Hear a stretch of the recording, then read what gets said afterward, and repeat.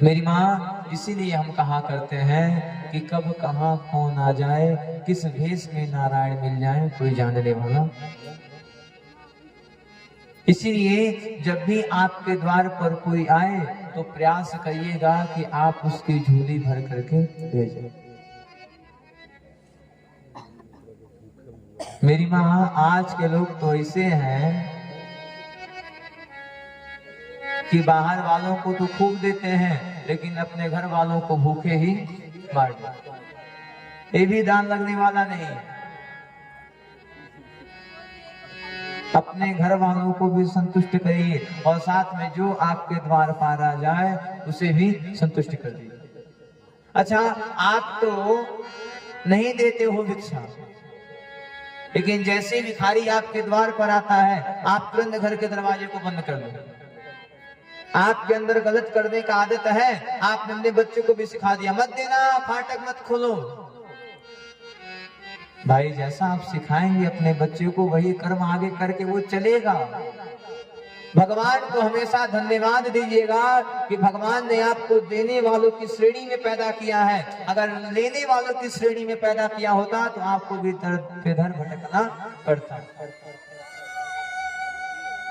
और सुनिए, कोई भी जानबूझकर किसी के द्वार पे नहीं जाता। गरीबी से बड़ा अभिशाप कोई नहीं। सबसे बड़ा गरीबी होता है अभिशाप। गरीबी से बड़ा श्राप कुछ है। अगर गरीब का बेटा, गरीब का लकड़ा, गरीब का पुत्र, गरीब का लड़का अगर फटा पैंट पहने तो यह उसकी औकात है। अगर वही फटा पैंट एक अमीर का लड़का पहन ले तो यह मॉडल जमाना। गरीब का लड़का अगर फटा पैंट पहनता है तो यह उसकी औकात है। अगर अमीर का लड़का फटा पैंट पहनता है तो यह फैशन है। गरीब अगर रोड पे सो रहा है तो यह उसकी औकात है, और अगर अमीर रोड पर बैठ गया तो वो इतने बड़े सज्जन हैं। जीवन में गरीबी से बड़ा कोई अभिशाप नहीं होता है, सबसे बड़ा श्राप होता है गरीबी। हे भगवान, किसी को कुछ देना या ना देना, लेकिन गरीबी मत देना। क्यों? क्योंकि वो गरीबी में भी रिश्तेदार भी फोन से हाल चाल लेना बंद कर देते हैं, जो अमीरी में आपके खास बने रहते हैं। छूट जाता है हर वो रिश्ता जो दौलत में पास रहता है। सारा रिश्ता खत्म हो जाता है गरीबी में। ये रिश्तेदार वाले भी आपके पास फोन करना तक बंद कर देते हैं। अरे फोन करेंगे तो उधार मांगेगा, पता नहीं उधार चुका पाएगा कि नहीं चुका पाएगा। गरीबी से बड़ा कोई अभिशाप नहीं है। किसी को कुछ मिले या ना मिले, लेकिन हे भगवान, जीवन में कभी भी किसी को गरीबी मत दे। एक गरीब किस रास्ते को, किस समय को देखते हुए आपके दरवाजे पे गया है, आपका कर्तव्य बनता है कि आप उसकी इच्छा को पूर्ति करें। कोई नहीं चाहता है कि हम किसी के द्वार पर जाकर के हाथ पसारें, चाहे वो छोटा रहे चाहे वो बड़ा रहे। मेरी माँ, कोई भी नहीं चाहता है कि वो किसी के आगे हाथ पसारे। मेरी माँ, वो हाथ नहीं पसारता है, उसका समय उसे हाथ पसारवा दे। जीवन में गरीबी से बड़ा कोई अभिशाप नहीं है। अगर वो आपके दरवाजे पे आया है तो आपसे अगर एक मुट्ठी अनाज का मांग कर रहा है तो उस एक मुट्ठी अनाज में उसका 5 परिवार चलेगा। आपके एक मुट्ठी अनाज से उसका 5 परिवार आज अच्छे से भोजन कर लेगा। और अगर भगवान ने आपको उस लायक बनाया है तो आप मदद करिए। मेरी माँ, मंदिर में भगवान मिलेंगे कि नहीं मिलेंगे ये किसी को नहीं पता है, लेकिन नर में नारायण मिल जाते हैं। नर में ही नारायण का दर्शन करिए। अपने लोगों में ही भगवान का दर्शन करिए। अगर आपको भगवान ने उस लायक बनाया है तो आप लोगों का सहयोग करिए। अगर कहीं भगवान ने आपको देने वालों की श्रेणी हटा करके लेने वालों में पैदा कर दिया होता तो क्या करते? आप भी दर पे दर जाके भटकते और आपको भी मांगना होता, आप भी मांगते। भगवान का बार बार धन्यवाद करिए, हे प्रभु आपकी कृपा हो गई, आपने हमें देने वालों की श्रेणी में पैदा किया। अगर लेने वालों की श्रेणी में पैदा किया होता तो ना जाने क्या से क्या होता। अगर भगवान ने आपको दिया है तो आप सहयोग करिए। आप अपने तो नहीं करते, साथ में अपने बच्चों को मना करते हो, रुक जाओ, बंद करो दरवाजा, मना कर दो, कोई नहीं।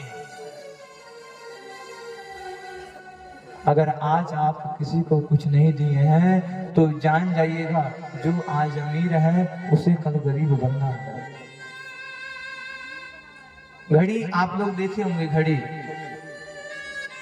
घड़ी में एक ऐसी सुई होती है जो हमेशा नाचती रहती है, जो कभी भी एक जगह रुकने वाली नहीं है, कभी भी नहीं रुकने वाली है। माँ बाप ठीक उसी प्रकार से हमारा जीवन है। आज दुख है तो कल सुख मिलेगा, आज सुख है तो कल दुख अवश्य प्राप्त होगा। आज धन है तो धन की सार्थकता है कि आप लोगों का मदद करें। आप लोगों का मदद करके तो देखिए, ना जाने किस भेष में भगवान ही आ जाएं। अगर भगवान ने आपको देख लिया, भगवान और आप पे प्रसन्न हो जाएंगे। आज तो भगवान ने आपको 1 लाख दिया है, उसके बाद भगवान आपको कई लाख देंगे। क्यों? क्योंकि भगवान सोचेंगे कि यह गरीबों का मदद करता है, इसको और दें, और ज्यादा आपको देते रहेंगे। जीवन में किसी का कुछ बनिएगा या फिर ना बनिएगा, लेकिन जीवन में किसी के परिवार का हिस्सा जरूर बनिए।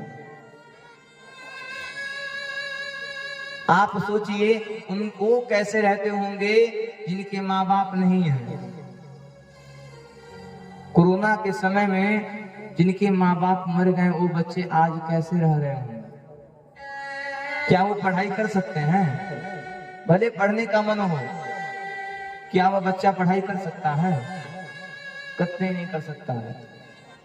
क्या वो अच्छे से भोजन कर सकता है? ना मेरी माँ, उसके पास है ही नहीं। उसके माँ और बाप कोई इस संसार में नहीं।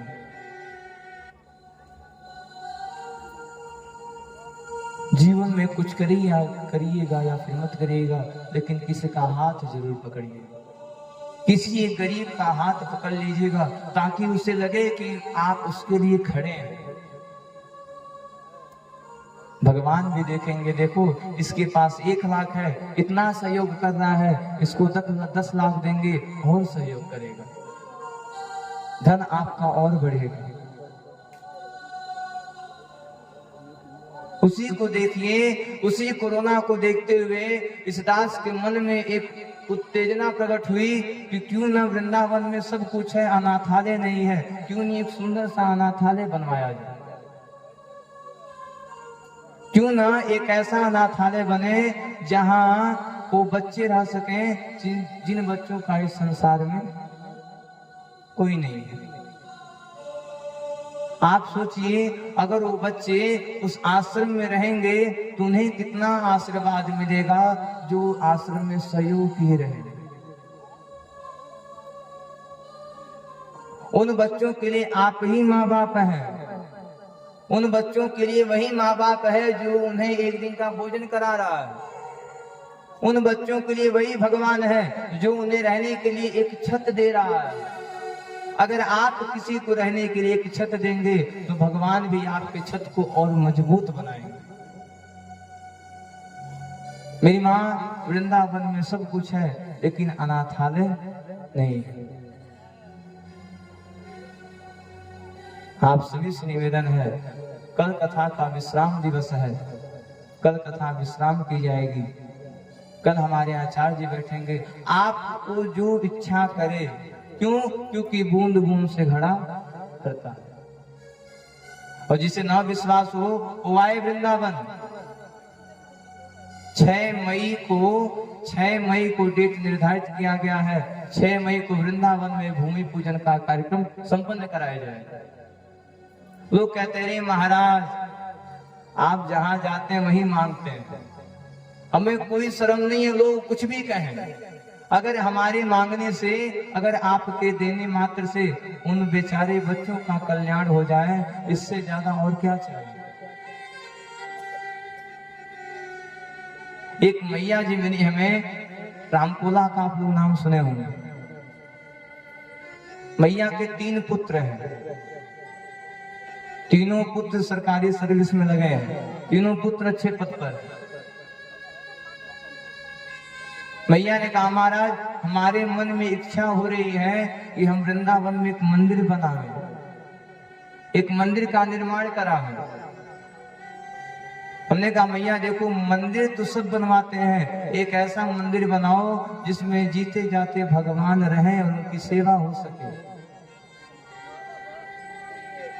मैया आज भी 2 कमरे बनवाने की सारी जिम्मेदारी उठा ली है। लोग महाराज हम 2 कमरे खुद बनवाएंगे, अगर आपके माध्यम से किसी बालक को, किसी बच्चे को रहने का छत मिल जाएगा, 2 वक्त की रोटी मिल जाएगी, आप कल्पना करिए वो आपको कितना आशीर्वाद दे।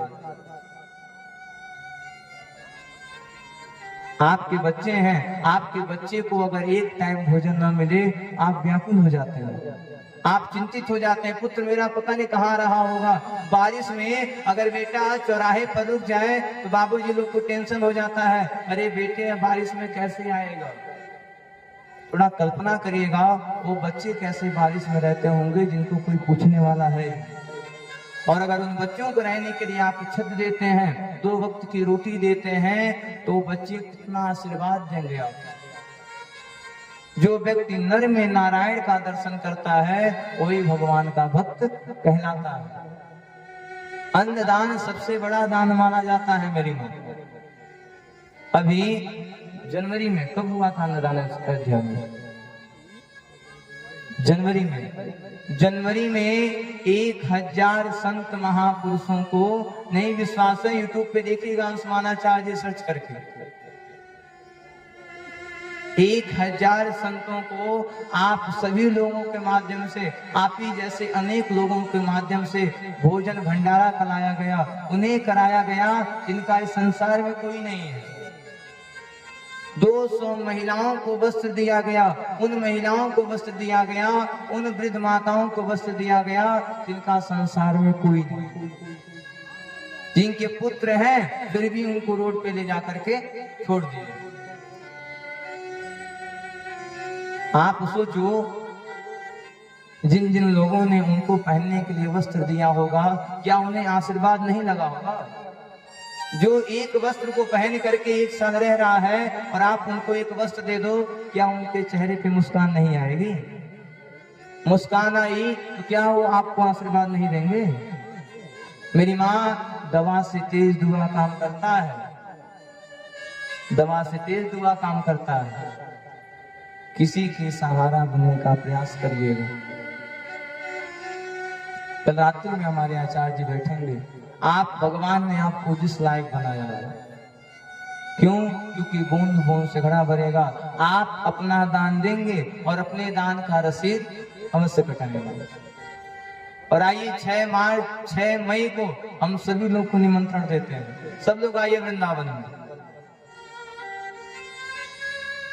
10 मार्च से आपके बगल में कुशीनगर है, कुशीनगर के बगल में हाटा है और हाटा के बगल में मथौली है। तो वहां श्रीमद् भागवत महापुराण एवं अष्टोत्तर सत्र का आयोजन होने जा रहा है। 108 ब्राह्मण बैठ करके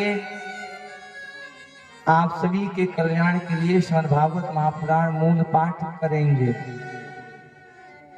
जिसका सीधा प्रसारण साधना टीवी पे दिखाया जाएगा। यह सारा कार्यक्रम हम सभी क्षेत्र के कल्याण के लिए कराया जाता है, ताकि सबका भागवत हो जाए। जो भागवत सुनने के अधिकारी हैं और पैसा नहीं है, इसी माध्यम से वो भी कथा सुन ले। आइए, निमंत्रण है वहां पर आप सभी को। वहां पे रहने खाने सारी व्यवस्था निःशुल्क है। आपके रहने से लेकर के आपके खाने की सारी व्यवस्था भगवान के ऊपर है। किसी का हाथ पकड़ने का प्रयास करिएगा। द्वार पे कोई भी आ जाए, प्रयास करिए कि वो खाली हाथ आपके द्वार से न जाए। क्यों? क्योंकि आज आप अगर उसकी झोली भरेंगे तो कल भगवान आपकी भी झोली भरेंगे। झोली भरने का प्रयास करिए।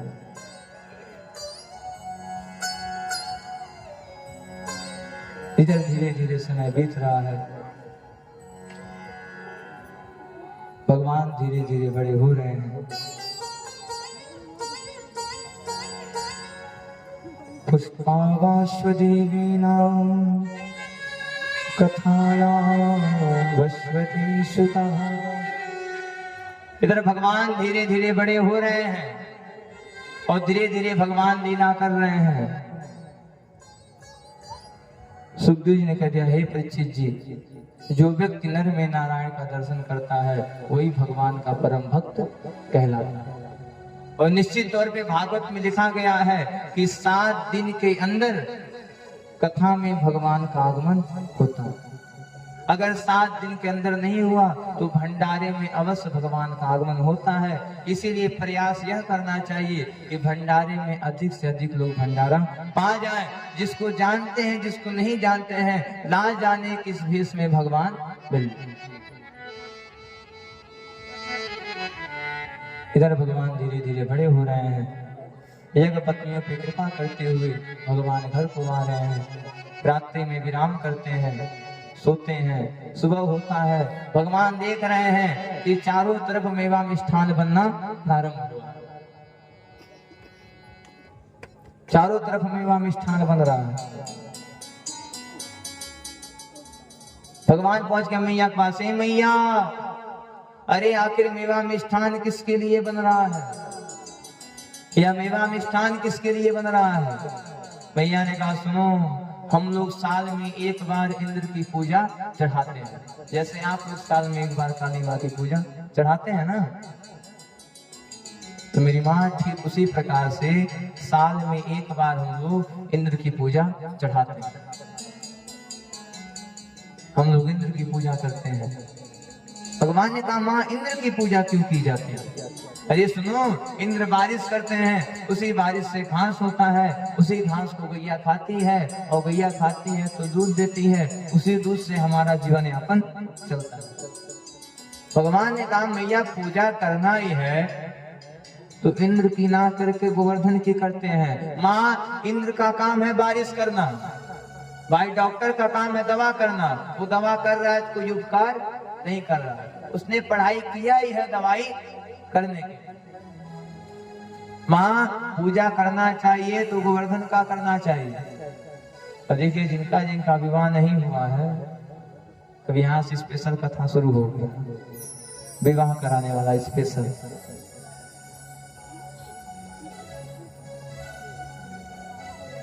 भगवान ने कहा, माँ, कभी पत्थर पे दूबा जमता है, कभी पत्थर पे दूबा उगेगा ना पुत्र। माँ, गोवर्धन भगवान ऐसे हैं जो पत्थर हैं फिर भी उस पे दूबा होता है। वही दूबा गैया खाती है, वही गैया खाती है तो दूध देती है, उसी दूध से हमारा जीवन यापन चलता है। माँ, इंद्र की पूजा बंद करो, आज से हम गोवर्धन की पूजा करेंगे। मैया ने कहा, लाला तो बात सही कह रहा है, लाला की बात तो सही है, लाला जो कह रहा है वो एकदम सत्य है। लाला सुनो, जाओ अपने बाबा से कह करके आओ। इधर भगवान आ गए। पिताजी, बोलो लाला कैसे आना हुआ? पिताजी, मैं कह रहा हूँ कि इंद्र की पूजा बंद करते हैं और आज से गोवर्धन की पूजा करेंगे। नंद बाबा ने कहा, लाला देव, जो परंपरा पहले से चलती हुई आ गई है उसको हम मना नहीं करेंगे। भगवान ने कहा, पिताजी, इंद्र का काम है बारिश करना, इंद्र अपना काम कर रहे हैं, पूजा करना है तो गोवर्धन पर्वत की करो। क्यों? क्योंकि पत्थर पे कभी दूब नहीं होता है, पहाड़ पे दूब होता है, उसी दूब को गैया मैया खाती हैं, उसी से दूध होता है, उसी दूध से हमारा जीवन यापन चलता है। भगवान की बात सुनकर के नंद बाबा ने कहा बात तो सही है कन्हैया। अब सारी दृष्टि ऊपर से नारद जी देख रहे थे। नारद जी का काम क्या है? यहाँ के बात तो ईजा उजा बात ईजा 2-3 नारद हुई है गौवा में, ईजा ना गौवा में। हाँ, नारद जी बीड़ा बजाते हुए निकल गए कि श्रीमन नारायण नारायण नारायण श्रीमन नारायण नारायण नारायण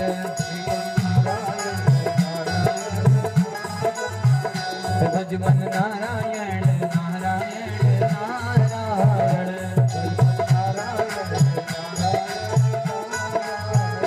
भजमन नारायण नारायण नारायण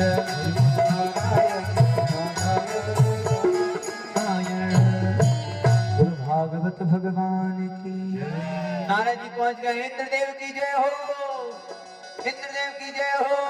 अरे इंद्र देवता, अरे नंद का छोरा आपका पूजा बंद करा दिया, गोवर्धन की पूजा करा रहा है। अब तो आग लग गया महाराज, घबराइए मत, भोग का समय आ रहा है। अब कितने नसीबे में कहा आपो के मिली, घबराएगा मिली थी, मिली सब जने के मिली। कई जाए की पता ना पाले जी उठाए हुए हाँ, तो हम मिली बड़ा बड़ी मिठाई जरूर देगा।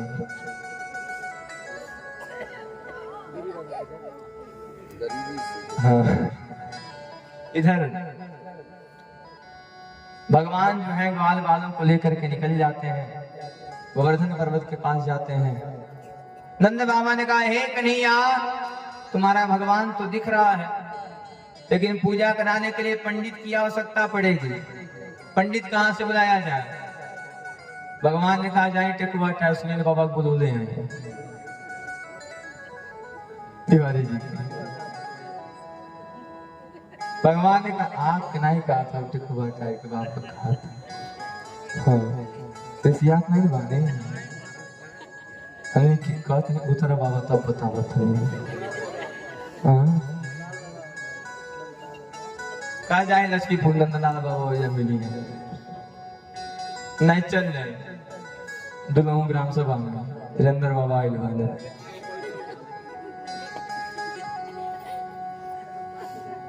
अब तो महाराज भगवान ने कह दिया सुनो कन्हैया,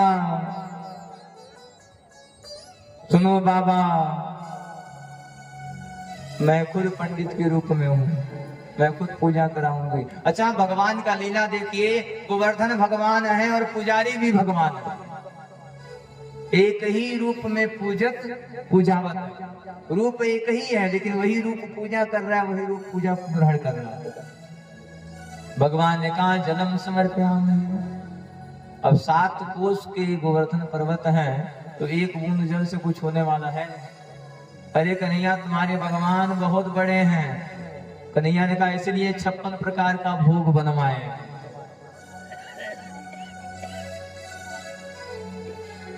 भगवान ने कहा देखो पूजा हो गया, भोग लग गया। नंद बाबा ने कहा बताओ इतना सारा भोग लगा है, तुम्हारे भगवान आकर के भोग को ग्रहण करेंगे? भगवान ने कहा इंद्र देवता आकर के खाते थे। नंद बाबा ने कहा लाला तो बात सही कह रहा है, इंद्र भी नहीं आते थे। सुनो बाबा टेंशन नहीं करो, हमारा भगवान आएगा। नंद बाबा ने कहा तुम्हारा भगवान आता है? हाँ हाँ, लेकिन मेरा भगवान थोड़ा शर्माता है। सुनो आप सभी लोग अपना सिर पीछे कर लो, अगर पीछे कर लोगे तो मेरा भगवान आएगा और भोजन को ग्रहण करके भोग खा करके यहाँ से चला जाएगा। अब सारे ग्वाल बाल आंख बंद करके सिर को घुमा लिए।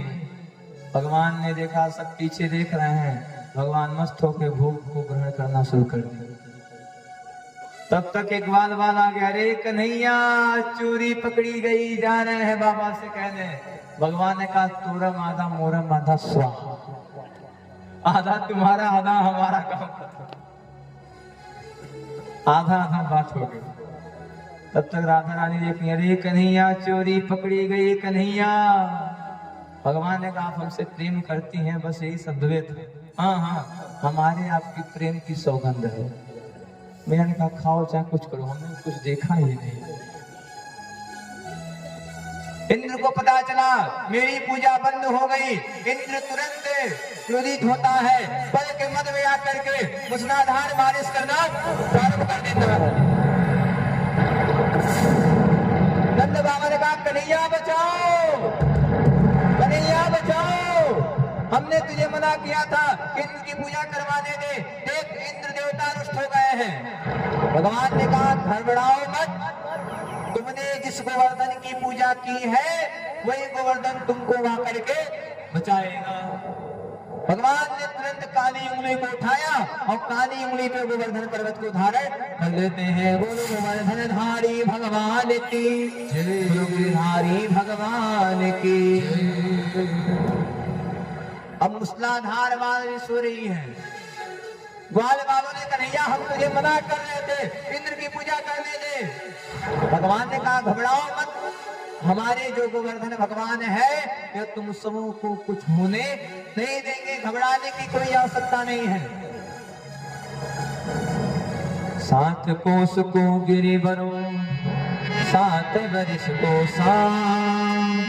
7 दिना तक धारण कियो, गिरधर पड़ो है ना। बोलो गिरधारी भगवान की, बोलो राधे राधे। ग्वाल बाल ने कहा रे कन्हैया तुम्हारा हाथ दर्द कर रहा होगा, हाथ निकालो हम लकड़ी लगा लेते हैं, अपना अपना डंडा लगा लेते हैं। कहे कि यादव जी लोगों को सबसे ज्यादा विश्वास अपने लठिए पे होता है। यादव जी लोगों को सबसे ज्यादा विश्वास अपने लाठी पे ही होता है। अब लाठी से याद आ गया कि एक जगह हरपुर में कथा चल रही थी, गिरी बाबा हमारे धोखा दिए थे, तो असंयोग से यादव जी की वहां कथा था। भीड़ समझिए इसका 4 गुना। यही एक ऐसी कथा है जिन्हें कथा में हिन्ना कम आदमी 200 आदमी देखे मिला था। संजोग से यादव जी के वहां था कथा, लाइव चल रहा है, चलिए ठीक है। बोलो भागवत भगवान की। यादव जी जान गए था जी पूछो कल बताएंगे, अजान जाने दीजिए क्या जाने वाले। यादव जी जब बैठे लाठी लेके बैठे, अब 1 दिन 2 दिन 3 दिन करिए महाराज लठिया ले कहाँ बैठे नहीं, कहे महाराज प्राण चल जाए लेकिन लाठी ना जाए। ग्वाल बालों ने कहा रे कन्हैया तुम्हारी उंगली दर्द कर रही होगी, रुको हम अपने लाठी का बल लगा लेते हैं। भगवान ने कहा तुमको लाठी का घमंड लगाओ, और जैसे ही भगवान ने उंगली हिलाया लाठी इन लोगों ने लगाया, तुरंत लाठी चटर पटर करके टूट गई। अरे कन्हैया बचाओ पर्वत गिर रहा है। भगवान ने तुरंत कानी उंगली पे गोवर्धन पर्वत को धारण कर लेते हैं। इधर इंद्र को पता चल गया कि यह भगवान जो है कोई साधारण बालक नहीं है, साक्षात परम पिता परमेश्वर हैं। इंद्र तुरंत अगस्त ऋषि को भेजते हैं, अगस्त ऋषि आते हैं और सारे जल का पान करते हैं। बोलो भागवत भगवान की जय। इंद्रदेव सुरभि मैया के साथ आते हैं, भगवान का अभिषेक करते हैं। अब आइए कल की कथा में हम सभी लोग जानेंगे कि किस प्रकार से उद्धव जी भगवान के पास आते हैं, किस प्रकार से कंस मारा जाता है, किस प्रकार से भगवान रुक्मिणी जी के साथ संपन्न होता है। भगवान की अनेक लीलाओं का गुणगान कल करेंगे। कल यहाँ पर कृष्ण रुक्मिणी विवाह की सुंदर सी कथा सुनाई जाएगी। कहा गया है कि कृष्ण रुक्मिणी विवाह में की कथा को जो भी सुन लेता है वो भगवान का परम भक्त बन जाता है। तो कल की कथा विशेष कथा है, कल ही कथा का विश्राम दिवस भी है। कल हम सभी लोग सुदामा चरित्र के साथ कथा को विश्राम करेंगे। कल सुदामा चरित्र के साथ कथा विश्राम। चूंकि कल कथा भी ज्यादा है तो समय भी लगने वाला है, आपसे निवेदन है कि आप सभी लोग 6 बजे तक यहाँ पर आ जाए। हाँ, सुबह बस नाम संकीर्तन होगा। हाँ। तो आप सभी से निवेदन है कि कल आप सभी लोग अधिक से अधिक जनसंख्या में आवे। कल सुदामा चरित्र के साथ यह कथा विराम हो जाएगी। कल रुक्मिणी और कृष्ण की सुंदर सी झांकी दिखाई जाएगी। कहा जाता है कि जो भी रुक्मिणी माँ का कन्यादान कर देता है उसे 10 कन्यादान करने का फल प्राप्त होता है। तो अगर आप भी चाहते हैं कि माँ का कन्यादान करें तो भगवान ने आपको जिस लायक बनाया है, जिस प्रकार भगवान ने आपको किया है, उस प्रकार से आप आएंगे, सामग्री को लेकर के आएंगे, आकर के कन्यादान करेंगे और कल कथा के विश्राम दिवस में नाम संकीर्तन का पाठ करके पुण्य के भागी बनेंगे। कहा गया है कि जो 6 दिन तक भगवान की कथा न सुना हो, अगर 7वें दिन भगवान की कथा सुन लेता है वो पूरी कथा सुनने का फल प्राप्त करता है। तो कल नाम संकीर्तन के साथ कथा को विश्राम किया जाएगा। कल कृष्ण रुक्मिणी की सुंदर सी झांकी दिखाई जाएगी।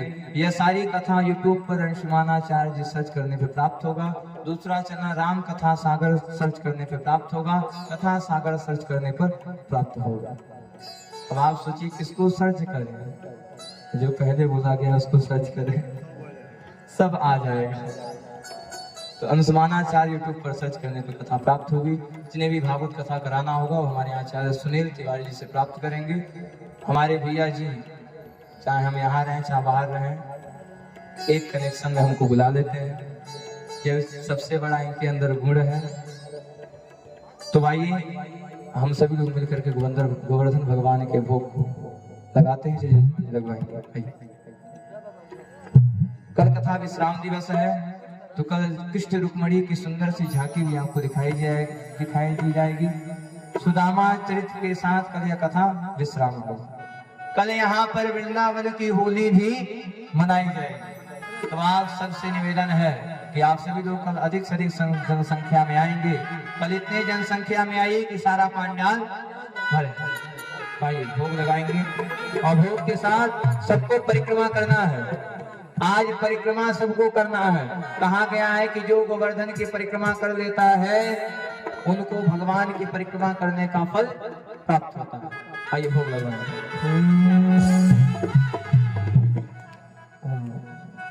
त्रियंबस्तु गोविंदं तुभ्यमेव समर्पये गृहाणाम सब गो भूत्वा प्रसीद परमेश्वरी। भगवान ने आपको जिस लायक बनाया है, जिस प्रकार किया है, आएंगे उस प्रकार से दान करेंगे, क्योंकि दान देने से दान घटने वाला नहीं है। आइए जो नाइडर 500 लेते आइए। ओम भागवत भगवान की